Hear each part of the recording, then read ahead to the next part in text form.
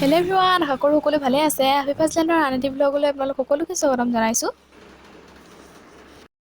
এই ভিডিঅ'টো কিন্তু জুলাই মাহৰে আছিল আৰু মোৰ দিয়া বহুত লেট হৈ গ'ল, হ'লেও আপোনালোকক দেখুৱাওঁ বুলি ভাবিলোঁ।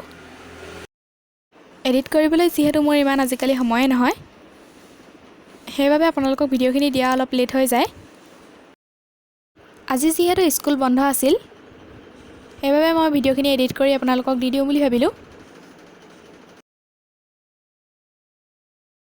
হললৈ যোৱাৰ আগতে আমি পপকৰ্ণ ল'বলৈ ইয়াত ৰখিছিলোঁ,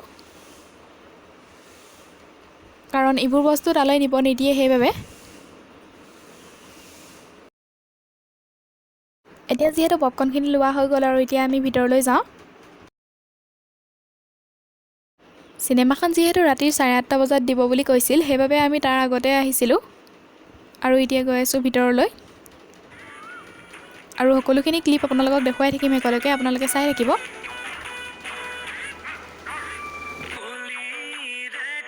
আৰু অলপ সময়ৰ পাছতে বিদুৰভাই আহি গ'ল আৰু আমি এতিয়া চাই আছোঁ।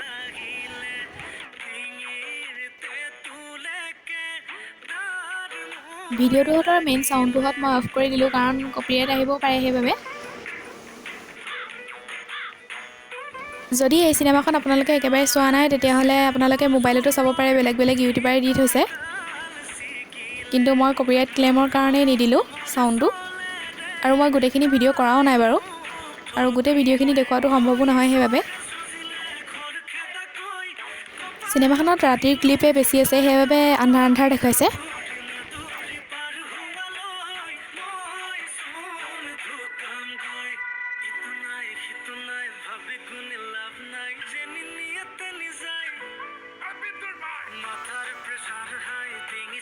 অলপ আন্ধাৰ আন্ধাৰ ক্লিপকেইটা মই কাটি দিলোঁ, নহ'লে যিহেতু ধৰিবও নোৱাৰে ইমান ভালকৈ মোবাইলত, সেইবাবে।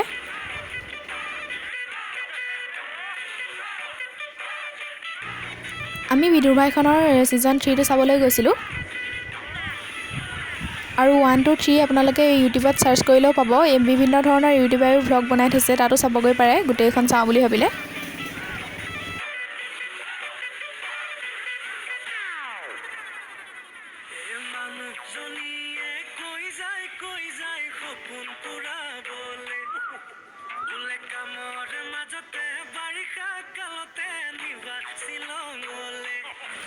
এই চিনেমাখনত বহুতকেইটা সুখৰ ক্লিপো আছে, দুখৰ ক্লিপো আছে, আৰু সকলোকেইটা মই আপোনালোকক দেখুৱাবলৈ চেষ্টা কৰিলোঁ অলপ অলপকৈ হ'লেও।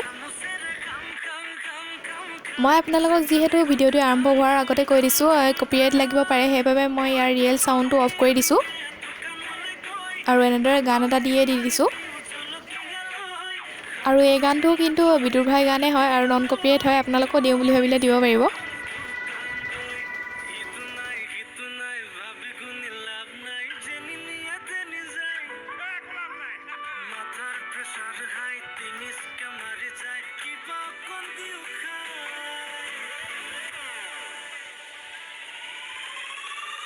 চিনেমাখন চাই সঁচাকৈ বহুত ভাল লাগিল, আৰু যদি আপোনালোকেও চাব বিচাৰে তেতিয়াহ'লে হলতো চাব পাৰিব, আৰু মোবাইলতো দি থোৱা আছে, চাব পাৰিব তেতিয়া। ছিজন 1 আৰু 2 মই মোবাইলতে চালোঁ, আৰু আপোনালোকেও চাওঁ বুলি ভাবিলে চাব পাৰে।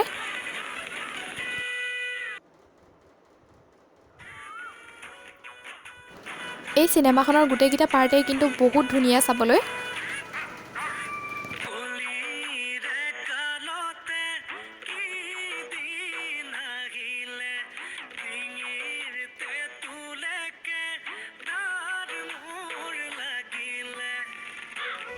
বিদুৰভাই চাওঁতে যিহেতু আমি নানীহঁতৰ ঘৰত আছিলোঁ, আৰু নানীহঁতৰ ঘৰৰ পৰাই আমি বিদুৰভাই চাবলৈ গৈছিলোঁ। নানীও গৈছিলে আমাৰ লগত, আৰু মাহীও গৈছিলে, আৰু ভাইটি ভণ্টিও গৈছিলে, আৰু বহুতখিনি মানুহ একেলগে আমি গৈছিলোঁ বিদুৰভাই চাবৰ বাবে।